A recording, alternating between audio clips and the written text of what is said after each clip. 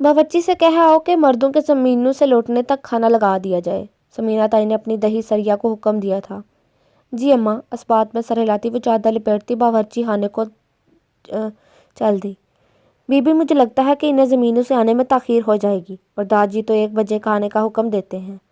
کیا کر سکتے ہیں، ہو سکتا ہے داجی کے کھانے کے وقت سب لوٹ آئیں۔ آپ تیاری رکھیے گا۔ اور ہاں، وہ افشا پھپھو کے لیے کیا بنوا رہے ہیں دوسرے باورچیوں سے؟ اسے ایک دم یاد آیا تو پوچھ لیا۔ پرہیزی کھانا ہے جو بن رہا ہے۔ ساتھ ساتھ اس نے چولہے پر چڑھی دوسری دیگچی کی طرف اشارہ کیا تھا۔ کہ ان کے کھانے کی ٹرے ان کے کمرے میں خالی آتی ہے؟ جی نہیں، کھانا جیسا ہوتا ہے ویسا ہی آتا ہے۔ سریا نے حیرت سے انہیں دیکھا تھا۔ مجھے نہیں لگتا بی بی کہ وہ کچھ کھاتی ہیں۔ وہ گول چمچ اب تھوڑی تیزی سے دیگچی میں گھما رہے تھے۔ آپ کو لگتا ہے کہ وہ کھا کر آرام محسوس کرتی ہوں گی؟ اس نے طنزیہ لہجے میں پوچھا۔ باورچی کا کام ایسے سوالوں کا جواب دینا نہیں تھا، اس لیے وہ خاموش رہا۔ جب حلق سے تکلیف کے مارے کھانا اترتا ہے تو تکلیف راتوں کی نیند اڑا دیتی ہے۔ وہ عورت کیسے کھائے گی؟ تلخ لہجے میں مسکرا کر کہتے ہوئے وہ باورچی خانے سے باہر نکلی تھی۔ زینت چڑھ رہی تھی کہ رک کر نیچے کونے والے عالیشان کمرے کی جانب دیکھا جو داجی کا تھا۔ سو رہے ہیں چین سے، حویلی کی لڑکیوں کی نیندیں اڑا کر، وہ دل میں کہہ کر نفرت سے سر جھٹکتی اوپر چڑھ گئی تھی۔ اس کی آخری امید بھی ختم ہو گئی۔ حویلی والوں نے اس کے خوابوں کو آگ لگا دی تھی۔ وہ بچپن میں ڈاکٹر بننا چاہتی تھی، مگر یوں ہوا کہ بڑھتے ہوئے وقت نے سوچ بدل دی۔ اب اسے استاد بننا تھا۔ وہ اسکول میں پڑھانا چاہتی تھی۔ وہ ڈاکٹر ہی بنتی اگر حویلی کی رسموں کی جان نہ لیتی۔ اس نے قرآن پڑھا، اس نے اسلام میں عورت کا مقام سمجھا۔ جب وہ چھوٹی تھی اور قرآن کا علم نہ تھا تو یہی سمجھتی کہ شاید اسلام نے عورت کا مرتبہ یہی رکھا ہے جو حویلی والوں نے اپنی عورت کا رکھا تھا۔ مگر وہ جب قرآن سے جڑی تو اس نے جانا کہ عورت کا مقام بہت بلند ہے۔ یہ رسم و رواج کی پابند نقصان دہ ہے۔ عورت کو اپنی پسند ظاہر کرنے کا پورا حق حاصل ہے۔ زیادہ مطالعہ کرنے سے اس سے اور بھی بہت ساری باتیں معلوم ہوئی، جیسا کہ دوسری قوموں کی مشابہت کرنے سے منع کیا گیا۔ اس نے یہ بھی جانا کہ دین میں اضافہ کرنا بدعت ہے۔ حویلی والے پیروں فقیروں کے بہت ماننے والے تھے۔ ہفتے میں ایک دن طے تھا جب حویلی کی عورتیں مزاروں پر جاتی تھیں۔ یہ قبروں میں موجود لوگ جب یہ زندہ تھے تو انہیں رزق دینے والا کون تھا؟ اللہ۔ کسی کے وسیلے سے اللہ سے مانگنا غلط ہے۔ جو قبروں میں لیٹتے ہیں وہ بے یار و مددگار ہیں۔ وہ جو خود اللہ کے سہارے پر ہیں وہ تمہیں کیا دیں گے؟ جب وہ یہ باتیں کرتی تھی اور اس کی نظروں کے ارتکاز نے ان سب کو خبردار کر دیا تھا، سریا جان گئی تھی کہ کبھی نہ کبھی صالحہ بغاوت پر ضرور اترے گی۔ سریا اسے سراہتی اگر اسے یہ خوف نہ ہوتا کہ حویلی والے اگر یہ جان جائیں گے تو صالحہ کو قتل کر دیں گے یا رسموں کی بھیڑ چڑھا دیں گے۔ اس نے آس پاس جب اتنی جہالت کو عروج پر پہنچتے دیکھا تب اس نے اپنا خواب بدل لیا تھا۔ اب وہ ایک استاد بننا چاہتی تھی۔ وہ اس سے دور جہالت ختم کرنا چاہتی تھی۔ مگر جب بڑی ہوئی تو یہ بات سہنا بھی آسان نہیں تھا کہ حویلی کی عورتیں بلا ضرورت باہر نہیں جاتی، اور جب جاتی ہیں تو ٹولی بنا کر جاتی ہیں، مگر علیحدہ نہیں۔ اس نے ہمت نہیں چھوڑی۔ اس نے 12ویں مکمل کر شہر یونیورسٹی جانے کا سوچا ہوا تھا تاکہ وہاں اسکول میں پڑھا سکے۔ اس طرح حویلی والوں کو بھی خبر نہ ہوگی۔ اس رات وہ تنہا کمرے میں بہت روئی تھی، اس لیے نہیں کہ داجی نے اسے 12ویں پڑھنے سے منع کر دیا ہے، بلکہ اس لیے کہ وہ استاد نہیں بن پائے گی۔ ارہن نے بھی اس کی اجازت نہیں دی تھی اور نہ ہی اس کے جذبات کو سمجھا تھا۔ وہ ہمیشہ سے اسے دوسرے مردوں سے مختلف سمجھتی تھی، مگر یہ خوش فہمی بہت جلد ختم ہو گئی۔ آج کل وہ بس قرآن کا مطالعہ کرتی اور اپنے رزلٹ کی فکر کر رہی تھی۔ وہ بہت چھوٹی تھی جب فضیلہ باجی کے ساتھ ہوتا ظلم اس نے سہم کر دیکھا تھا، اور افشا پھپھو پر ہوئے ظلم پر اس نے سختی سے آنکھیں میچ لی تھیں۔ حویلی افشا پھپھو کی چیخوں سے گونج رہی تھی۔ لگ بھگ صالحہ اس وقت 5 سال کی تھی۔ حویلی میں لڑکیوں کی تعداد بہت کم تھی۔ ایک یہ خود، ایک سریا جو سمیہ تائی کی دہی تھی، اور شجر اور روبی جو شمیلہ چچی کی دہی تھیں۔ فضیلہ باجی تھیں جو سندل چچی کی بیٹی تھیں۔ سندل چچی تو فضیلہ باجی کی پیدائش پر ہی اللہ کو پیاری ہو چکی تھیں۔ البتہ لڑکوں کی تعداد زیادہ تھی۔ سنا ہے زمینوں پر آج کل بہت جھگڑے ہو رہے ہیں۔ دوپہر کے کھانے کے دوران حویلی کے مرد بتا رہے تھے۔ سریا نے مونگ پھلی کا دانہ چھال کر منہ میں ڈالا۔ صالحہ جو قلم کی کتاب پر رگڑ رہی تھی، اس نے چونک کر سر اٹھایا۔ کیوں؟ یہ نہیں معلوم، مگر سنا ہے آج کل لڑائیاں چل رہی ہیں۔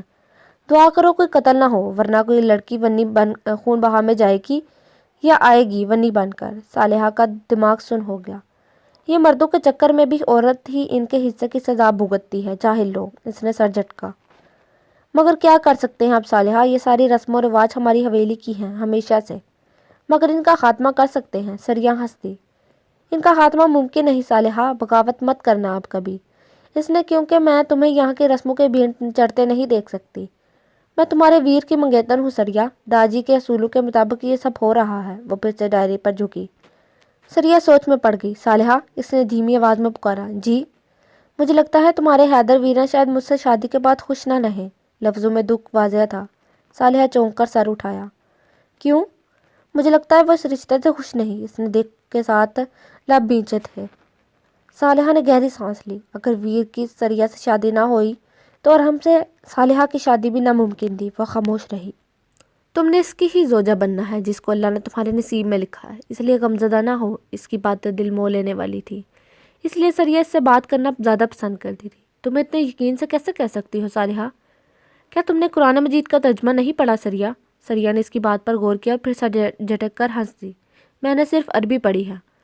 ترجمہ بھی پڑھا کرو، تمہیں پتہ چلے کہ اللہ تعالیٰ کتنا مہربان ہے، اور یہ بھی کہ اسلام میں عورت کا کیا مقام ہے۔ جب تم قرآن کو اپنے دل میں اتار لوگی تو تمہیں آس پاس جو حالت نظر آئے گی دیکھ کر تمہارا دل چاہے گا کہ یہ سب ختم کر دوں۔ قرآن کو پڑھنا اور سمجھنا سیکھو۔ مجھ سے نصیحت کر رہی تھی۔ میں ضرور پڑھوں گی صالحہ، مجھے تم جیسا یقین چاہیے، حوصلہ چاہیے، وہ جذب سے بولی۔ صالحہ مسکرا دی تھی۔ بہت دیر ہو گئی ہے، مجھے جانا ہے۔ صالحہ نے اٹھ کر ڈائری میز پر رکھی اور چادر نما دوپٹہ پورے وجود پر لپیٹ کر کمرے سے باہر نکلنے لگی۔ کہاں جا رہی ہو صالحہ؟ سریا نے گھڑی دیکھی جو 2 بجا رہی تھی۔ افشا پھپھو کے پاس، وہ یقیناً میرا انتظار کر رہی ہوں گی، میں نے انہیں امید دلائی تھی۔ سریا کے دل کی دھڑکنیں تیز ہوئیں۔ کوئی دیکھ لے گا صالحہ؟ کوئی نہیں دیکھے گا، سب سو رہے ہیں۔ کوئی گرم چیز پہن لو صالحہ، ٹھنڈ بڑھ رہی ہے۔ اس نے برابر رکھا صالحہ کا سویٹر اس کی جانب اچھالا تھا۔ اچھے سے پہن کر اس نے خود کو گرم محسوس کیا اور پلٹ گئی۔ رات کی چاندنی میں وہ اپنے کمرے میں کی کھڑکی سے باہر جھانکتا کسی کو سوچنے میں موف تھا۔ دل ہے یہی کہ مڑ جائے صنم تم، یہ جملہ اس نے کتنے سال پہلے اپنی کتاب میں لکھا تھا، اس لڑکی کو سوچ کر۔ ان 4 سالوں میں میری محبت میں صرف اضافہ ہی ہوا ہے درکشاں۔ سالوں پہلے وجدان نے ایک بار پھر اپنی محبت کا اظہار کیا تھا۔ وہ سن رہی تھی مگر لہجے میں اب جذبات نہیں تھے۔ وہ ان سے اپنے اظہار کے جواب میں ہمیشہ کی طرح محبت کے اظہار ملنے کا انتظار کرتا تھا، مگر اس کی طرف سے سوائے اچھا کہ کوئی لفظ نہ نکلا۔ وہ پہلی بار حیران ہوا۔ کیا تم اپنی طرف سے اظہار محبت نہیں کرو گی؟ وہ شکوہ کن لہجے میں بولا تھا۔ تھک گئی ہوں میں بار بار اظہار کر کر۔ ضروری نہیں کہ ہر دفعہ اظہار ہی کیا جائے، وہ جھنجھلا اٹھی۔ وہ متحیر ہوا، اس کا دل گویا کسی نے مٹھی میں جکڑ لیا۔ اسے یاد آیا جب وہ یونیورسٹی کے آخری سال میں تھا اور اپنے دوستوں کے ساتھ عمارت کے باہر گارڈن کی گھاس پر بیٹھا تھا تو وہ لڑکی اس کی طرف آئی تھی۔ کیا ہم بات کر سکتے ہیں؟ وہ ہمیشہ کی طرح جھنجھلا گیا۔ معاف کیجیے گا مگر نہیں۔ مگر وہ منمنائی۔ میں نے آپ سے کہا درے شہوار علی کہ میں آپ کو پسند نہیں کرتا۔ اس نے تیز نظروں سے بھورے بالوں والی لڑکی کو دیکھا تھا۔ مگر میں پسند کرتی ہوں آپ کو۔ زید اس سب میں صرف اس لڑکی کو دیکھ رہا تھا جو اپنی منوانے کی کوشش کر رہی تھی۔ تو وجدان نے بھنویج گئی۔ وہ لڑکی اداس نظروں سے دیکھتی پلٹ گئی۔ زید کو ایک دم ہمدردی ہوئی۔ وہ غصے سے وجدان کو گھرتے اٹھا اور اس کی لڑکی کی جانب بھاگا تھا۔ ہیلو، اس نے مسکرا کر پکارا۔ وہ رک گئی۔ ہیلو، وہ پھیکا سا مسکرائی۔ میں وجدان کی طرف سے معذرت کرتا ہوں۔ وہ چہرے پر شرمندگی واضح تھی۔ نہیں، اس کی ضرورت نہیں، وہ شاید ابھی بات نہیں کرنا چاہتا۔ وہ آپ سے بات ہی نہیں کرنا چاہتا، اس نے کہہ کر زبان دانتوں تلے دبائی تھی۔ پتہ نہیں ایسا کیوں ہے، حالانکہ میں انہیں بہت پسند کرتی ہوں۔ میں اس سے بات کروں گا آپ کے بارے میں۔ درشفا نے سر اٹھا کر اسے دیکھا، آنکھوں میں امید کی کرنیں نمودار ہوئیں۔ ہاں، آپ اسے دوستی کرنے کی کوشش کیجیے گا، وہ اسے امید دلا رہا تھا، سب ٹھیک کر دے گا۔ پھر اس نے ایسا ہی کیا۔ پورا ایک ہفتہ اس نے وجدان کو سمجھانے اور اس کی سوچ بدلنے میں لگائے تھے۔ میں اس سے محبت نہیں کرتا زید، وہ جلجلا کر بولا۔ تم اس سے دوستی کر تو دیکھو، وہ واقعی اچھی لڑکی ہے۔ ایک ہفتے کی جدوجہد کے بعد ان کی بات کروانے میں کامیاب ہو گیا تھا۔ شروع کے دنوں میں وجدان ہمیشہ چڑیا جاتا، پھر وقت گزرا تو اسے اچھا لگنے لگا، وہ اچھی لگنے لگی، اس سے بات کرنا اچھا لگنے لگا۔ وہ اس کی طرف ڈھلتا گیا۔ ایسے میں زید درشوار کو نوٹس کرنے لگا۔ وہ دیکھنے لگا کہ درشوار کی ڈیمانڈ دن بدن بڑھتی جا رہی ہے۔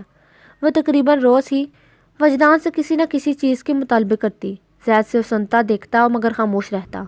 1 سال میں اتنا کچھ بدل گیا۔ جو اس سے ہمیشہ چڑا کرتا تھا اب اس پر دل ہار بیٹھا تھا۔ یونیورسٹی ختم ہونے کو تھی، یونیورسٹی کے آخری دن چل رہے تھے۔ زید یوں ہی ایک کمرے سے باہر سے گزر رہا تھا۔ اندر کچھ لڑکیاں آپس میں گفتگو کر رہی تھیں۔ وجدان کے نام پر وہ ٹھٹکا۔ وہیں کھڑا ان کی باتیں سننے لگا۔ کیسی گزر رہی ہے زندگی وجدان کے ساتھ؟ سبحان تمہارا پوچھ رہا تھا۔ اس کی کل کال آئی تھی، وہ تم سے بات کرنا چاہتا ہے دریشوار، تمہیں اسے نہیں چھوڑنا چاہیے تھا۔ اس کی دوست افسوس سے نفی میں سر ہلا رہی تھی۔ میں اسے چھوڑ چکی ہوں، اس بات کو بھی اب 1.5 سال ہو چکا۔ لہجے میں بے پناہ واضح لاپرواہی تھی۔ اگر ایسا تھا تو اسے محبت کا جھانسا کیوں دیا تم نے؟ وہ قابل تو نہیں تھا وہ میری خواہشات کا احترام نہیں کر سکتا تھا۔ اس نے ہر ممکنہ کوشش کی کہ میں تمہارے سوچوں کے معیار پر اتروں۔ وجدان اس سے بہتر ہے، نظریں پھیر کر جواب دیا۔ کیونکہ وہ دولت مند ہے؟ بالکل، وہ مسکرائی۔ زید کے قدموں تلے سے زمین نکل گئی۔ اور اگر تمہیں اس سے زیادہ اچھا لڑکا مل گیا تو وجدان کو بھی چھوڑ دو گی؟ وہ لڑکی حیران تھی۔ بالکل، لپسٹک لبوں پر لگاتے ہوئے اس نے آپس میں ہونٹ ملا کر پھیلائے۔ اور محبت کے لیے اپنی خواہشات کو مار دوں؟ ایسا کبھی نہیں ہوگا۔ زید کا سر چکرانے لگا۔ وجدان محبت کی انتہا پر تھا اور ایسے اس کو روکنا اس کی بربادی ہی تھا۔ اس نے سب سمجھانا چاہا مگر وہ سمجھا نہیں تھا۔ 4 سال ایسے ہی گزر گئے۔ اس لڑکی کے لیے محبت اس کے لیے دن بدن بڑھتی گئی۔ زید اس وقت کو کوستا جب اس نے اس کی بات وجدان سے کروائی تھی۔ 4 سال گزر گئے۔ وہ وجیہہ سے اس دن رات دریشوارے کی باتیں کرتا۔ وجیہہ اسے نام سے نہیں بلکہ بھابھی کہہ کر پکارتی۔ پھر یوں ہوا ایک دن جب وجدان نے نکاح کی بات چھیڑی تو وہ گڑبڑا گئی، اس سے لڑنے لگی اور آج تک وجدان اس کے لڑنے کی وجہ سمجھ نہ پایا تھا اور اب منہ پھیر کر باتیں کیا کرتی تھی۔ وہ حیران رہ جاتا۔ جب وہ پکارتا وہ سر لہجے میں جواب دیتی۔ وہ ٹھٹک جاتا۔ ایک دن اسے جھنجھوڑ کر پوچھ ڈالا کہ آخر وجہ کیا تھی اس سب کی، اور آگے سے اس کے منہ سے ایک لفظ نکلا تھا سر لہجے میں جسے وجدان کو سمجھنے میں تاخیر لگی۔ جدائی۔ وہ ساکت رہ گیا۔ میں کسی اور کو پسند کرتی ہوں وجدان، میں اب تمہارے ساتھ نہیں رہنا چاہتی، معذرت، وہ کہہ کر چلی گئی۔ مگر وہ وہیں رہ گیا۔ زید نے اس سب سے نکالنے میں اس کی بہت کوشش کی مگر وہ باہر نہیں نکلنا چاہتا تھا۔ اس نے تہیہ کر لیا تھا کہ یا تو وہ اس کا انتظار کرے گا یا شادی ہی نہیں کرے گا۔ ایک ایکسیڈنٹ میں اس کے ماں باپ گزر گئے۔ وہ کالج میں تھا جب ماں باپ گزر گئے۔ باپ کا بزنس سنبھالتے ہوئے کئی سال گزر گئے۔ وہ اس سال 29 کا ہونے والا تھا۔ اگلے ماہ زید کی شادی تھی اور وہ چاہتا تھا کہ اب وجدان بھی شادی کر لے۔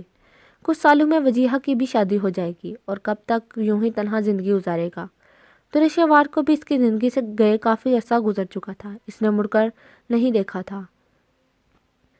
وجدان نے مڑ کر گھڑی کو دیکھا۔ رات کے 3 بج رہے تھے۔ اس کی سوچوں میں اب تک وہ قبضہ کیے ہوئے تھی۔ گہرے سانس لیتے ہوئے اس نے سگریٹ کا دھواں ہوا میں چھوڑا۔ اسے خود نہیں معلوم تھا کب تک یوں ہی تنہا زندگی گزارنے والا ہے۔ وہ کبھی جو شوق چنچل ہوا کرتا تھا اب مکمل خاموش ہو گیا تھا۔ ماں باپ کی موت کے بعد اس نے ہر کسی سے بات چیت کرنا بند کر دی تھی۔ وہ ٹوٹ گیا تھا۔ پھر کچھ سالوں بعد ایک اور لڑکی سے اسے مکمل توڑ گئی۔ اس نے تصویر پر نگاہ ڈالی۔ وہ گلابی رنگ کا کام کا سوٹ پہنے، اونچی پونی بنائے ہوئے اسے اپنی طرف دیکھتے ہوئے محسوس ہو رہی تھی۔ وہ تصویر کو غور سے دیکھنے لگا۔ ہاتھ میں پہنی اس کی ڈائمنڈ رنگ وجدان کی ہی دی ہوئی تھی جو اب بھی دریشوار کے ہی پاس تھی۔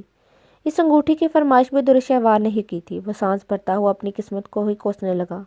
مگر اسے امید تھی کہ وہ لوٹ کر ضرور آئے گی۔ وہ کیا کرے؟ زید کی آتی کال سے اس نے ایک بار پھر گھڑی کی جانب دیکھا تھا۔ فون اٹھا کر اسے کان سے لگایا۔ یہ رات گزرنے کا پتہ بھی نہیں چلے گا کیونکہ زید کال پر تھا۔ پھپھو، زمینوں پر جھگڑے ہو رہے ہیں، کہیں کوئی مرد قتل نہ ہو جائے۔ اس نے سہم کر افشاں کا ہاتھ تھاما۔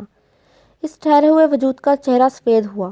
اگر مقابل حویلی والوں میں سے کوئی قتل ہوا تو میں نہیں جاؤں گی پھپھو، ونی بن کر میں نہیں جاؤں گی، میں اٹھ جاؤں گی۔ سالہر کا ہاتھ مضبوطی سے پکڑ کر سر کو دائیں بائیں نفی میں تیزی سے ہلانے لگی۔ افشاں پھپھو نے اس کا ہاتھ پکڑ کر سہلایا اور تیزی سے اس بات میں سر ہلایا۔ وہ پھپھو کو انہماک سے دیکھنے لگی۔ وہ عورت سفید اور دودھیا رنگت والی تھی۔ کنچی آنکھیں صالحہ بنی بنائی افشاں تھی۔ آنکھوں سے لے کر چہرے کی رنگت تک وہ افشاں پر گئی تھی۔ بڑی بڑی آنکھیں اور آنکھوں پر گھنی پلکوں کی باڑ۔ وہ بہت زیادہ خوبصورت نہیں مگر کسی کو متاثر کرنے کے قابل ضرور تھی۔ اس نے سارا حسن اپنی پھپھو سے چرایا تھا۔ ماں باپ کی تو صرف بیٹی تھی، بولنے کا طریقہ ہو یا سوچنے کا نظریہ، وہ بنی بنائی افشاں تھی، بلکہ وہ افشاں ہی تو تھی۔ 35 سال کی وہ عورت اب بھی حسن کا کرشمہ تھی مگر وقت اس کا حسن اس سے نچوڑنے کی کوشش کر رہا تھا۔ اگر میرے ساتھ زبردستی کی گئی تو، اگر میری رضامندی شامل نہ ہوئی تو؟ اس کے سوالات پر عورت تیزی سے نفی میں سر ہلانے لگی۔ اس کی آنکھوں خوف سے پھٹ گئیں۔ اس کی نفی میں سر ہلانے میں تیزی آ گئی تھی۔ آپ فکر نہ کریں، میں مرا کر دوں گی، وہ زیر لب مسکرائی۔ وہ عورت پرسکون ہو گئی۔ رات ڈھلنے لگی۔ صالحہ نے افشاں کی گھنٹی اٹھا کر اس کی سائڈ ٹیبل پر رکھی تھی۔ وہ اپنا چہرہ اس عورت کی گود میں رکھ کر آنکھیں موند گئی۔ نیند اس پر جلدی ہی حاوی ہو گئی۔ افشانس کے بالوں پر انگلیاں پھیرتے ہوئے باہر کی جانب دیکھنے لگی۔ بس کسی وقت پر برا وقت نہ آئے، دل میں کہتے ہوئے وہ گود میں سر رکھے صالحہ کی دعائیں مانگنے لگی، اور ساتھ حویلی کی تمام لڑکیوں کے لیے بھی۔ اس عورت نے اسے جھنجھوڑ کر اٹھایا تھا۔ صالحہ ہڑبڑا کر اٹھی۔ کیا ہوا پھپھو؟